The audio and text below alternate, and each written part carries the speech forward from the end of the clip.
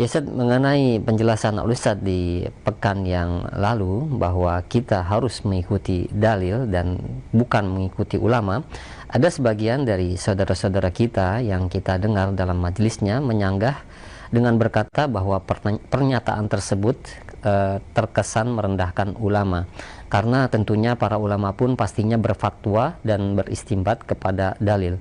Mohon tanggapan Ustaz. Jazakallahu khair. Alhamdulillah wassalatu wassalamu rasulullah. Itu ulama itu manusia bukan? Nggak, saya mau tanya, ulama itu manusia bukan? Kalau manusia tempat apa? Kesalahan. Kata Nabi, kullu bani Adam khata wa khairu khata'in at-tawwabun. Setiap anak Adam pernah berbuat salah. Yang terbaik yang berbuat salah yang apa? Taubat kepada Allah. Sekarang saya mau tanya, sahabat nih yang Nabi katakan khairun nas, ada nggak sahabat salah? Ada nggak sahabat salah? Ada, tapi kesalahan sahabat dengan kebaikannya, kesalahannya sedikit, kebaikannya lautan. Sehingga apa? Hapus semuanya itu. Mereka sebaik-baik manusia. Tapi sesudah sahabat tabiin, ada nggak yang salah? Banyak yang salah. Sesudahnya lagi ada yang salah. Sekarang kita bicara tentang 4 imam. Hanafi, Maliki, Syafi'i, Hambali rahimahumullah. Mereka imam terkenal di dunia. Kalau ada ulama sekarang ini 100 ulama dengan mereka, lebih alim mana? Lebih alim mereka 4 imam ini. Ada 100 ulama sekarang dengan 1 imam, jauh. Karena apa? Imam itu hafal hadis semuanya. Quran hafal, Bukhari, hafal udah. Mereka hadisnya. Meskipun mereka di zaman itu belum dikumpulkan Sahih Bukhari kata seperti Imam Hanafi, Maliki dan yang lain. Tapi mereka hafalkan hadis. Tapi mereka mengatakan kalau ada pendapatku menyalahi Quran dan Sunnah, kata mereka apa? Buang pendapatku. Yang mengajarkan kita untuk membuang pendapat ulama kalau bertentangan dengan Quran dan Sunnah, yang mengajarkan siapa? Yang mengajarkan ulama juga. Kan antum bisa lihat nanti antum baca buku Sifat Salat Nabi Syekh Albani atau Aslu Sifat Salatin Nabi 3 jilid. Di juz yang pertama Syekh Albani menjelaskan tentang pendapatnya para imam. Dan sudah saya bawakan di sini. Di majelis ini udah, dan ada videonya, udah ada videonya. Antum bisa lihat bagaimana saya sebutkan satu persatu perkataan mereka. Jadi mereka sudah mengatakan kalau ada pendapatku menyalahi sunnah Rasulullah, buang pendapatku. Arti perkataan mereka ini kalau ada fatwa dari mereka menyalahi Quran Sunnah, buang. Apa ini merendahkan ulama? Tidak. Dan sudah saya jelaskan pada pekan yang lalu juga di jawaban itu, ketika Ibnul Jauzi mengatakan bahwa al-ilmu aslul a'zam, aslul akbar, ilmu yang paling besar, berarti wahyu itu paling besar. Apa ada ulama yang bisa mengalahkan wahyu? Gak ada, ini kalimat yang benar. Cuma setan ini berusaha bagaimana terus menggoda gitu. Termasuklah kepada ustadz-ustadz ini. Merendahkan ulama. Sama sekali saya nggak merendahkan ulama.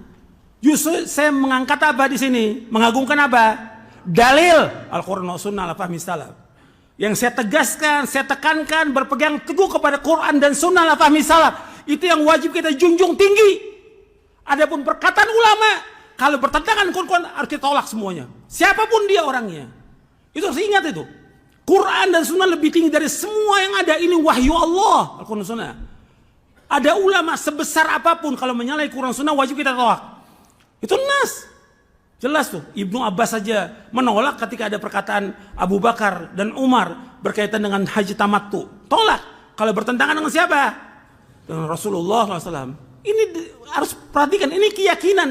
Ini hujjah, ini dalil, ini prinsip yang besar dalam agama Islam. Anda harus yakin, gitu. Jangan kemudian dibawa oleh setan, jangan bawa perasaan. Rusak agama dengan perasaan. Menghinakan ulama, saya nggak pernah menghinakan ulama. Antum lihat buku-buku saya. Saya bawa pendapat para ulama, jelaskan. Setelah siapa? Setelah Quran dan Sunnah dulu nomor 1, baru perkataan ulama. Bukan ulama dulu yang kita bawa, Quran. Yang kita wajib berpegang teguh, yang kita tidak akan sesat selamanya selama kita berpegang kepada apa? Quran dan sunnah. Taraktu fikum amraini lan tadillu ma tamassaktum bihima, kitaballah wa sunnati. Aku tinggalkan dua perkara yang kalian tidak akan sesat selama berpegang dua perkara itu. Al-Quran dan sunnah. Diperhatikan nih. Ini kadang-kadang bawa perasaan, nanti dikembangkan lagi oleh setan. Menghinakan ulama. Saya nggak pernah menghinakan ulama. Saya mengajak orang kepada Quran dan sunnah lah fahmi salaf. Bukan kepada perkataan ulama. Ulama sudah mengatakan kalau ada pendapatku salah, buang. Apa ulama itu maksum? Tidak ada yang maksum ulama. Kalau ada fatwa ulama salah, ada nggak? Banyak, ribuan fatwa ulama salah, ada. Gak ada masalah, itu manusia. Tapi dalil harus kita pegang. Oh, ulama itu apa salah? Aduh, antum lihat deh, baca deh. Bagaimana? Imam Syafi'i ada qaul qadim, ada qaul jadid. Kesalahan mereka ada, wajar sebagai manusia. Dan mereka enggak dihukum oleh Allah karena ijtihadnya, karena mereka sudah berijtihad. Idza ijtahadal hakimu fa asaba falahu ajran, wa idza ijtahada fa akhta falahu ajrun wahid. Ini hadis sahih Bukhari Muslim. Apabila seorang hakim, seorang ulama, dia berijtihad, kemudian dia benar ijtihadnya, dapat berapa ganjaran? 2. Kalau dia berijtihad, kemudian dia salah, dia dapat berapa? 1 ganjaran. Tapi boleh nggak kita ikut pendapat dia yang salah? Nggak boleh kita ikut. Antum kalau mau baca lagi tentang bagaimana pembelaan para ulama kepada ulama, antum baca bukunya Syekhul Islam Ibnu Taimiyah. Antum catat tuh, Raf'ul Malam anil a'immatil a'lam. Raf'ul Malam anil a'immatil a'lam. Ketika Syekhul Islam menyalahkan ulama ini enggak ada masalah. Karena dengan apa? Dengan ilmu. Kalau pendapatnya salah, masa mau dibela? Ada fatwa yang salah, masa mau dibela fatwanya? Ada nggak ulama dalam berfatwa salah? Banyak. Nggak boleh kita ikut ketika dia salah. Apalagi berkaitan dengan nama orang, pribadi orang dari ulama Ahlussunnah. Karena ada fatwa ulama berkaitan dengan pribadi orang yang dia akidahnya Ahlussunnah wal Jamaah, akidah salaf. Dituduh apa mereka? Murji'ah. Ini salah. Ketika salah kita mau ikut, nggak boleh kita mengikuti yang salah. Kalau bilang kita bela ulama, kita juga bela ulama. Dari ulama Ahlussunnah yang wajib kita bela. Jadi harus berpikir kita yang waras, gitu, waras. Kemudian timbangan kita Quran dan Sunnah Al-Salam. Jadi jangan pakai perasaan, ini pakai perasaan. Saya nggak pernah mencela ulama, nggak pernah mengecilkan ulama. Kita hormati. Ketika dia salah, nggak boleh kita ikut. Nggak boleh kita ikut. Dan itu semua penjelasan para ulama juga yang menjelaskan demikian. Jadi antum juga hati-hati itu.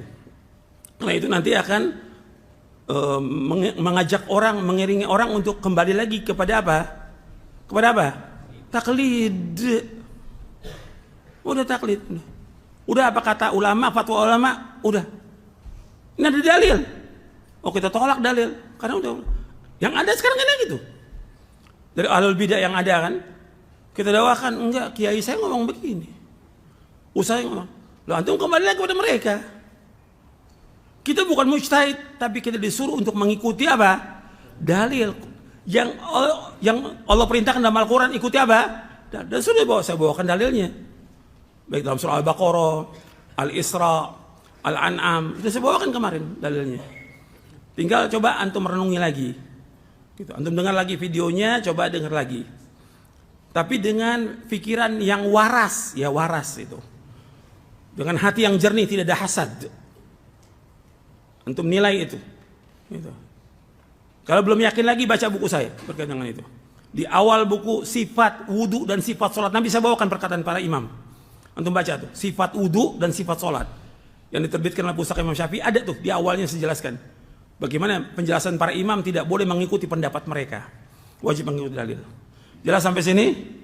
Mudah-mudahan bermanfaat. Wassallallahu Nabi Muhammadin sallallahu alaihi wasallam. Subhanakallah wa bihamdik, asyhadu an la ilaha illa anta astaghfiruka wa atubu ilaik. Assalamualaikum warahmatullahi wabarakatuh.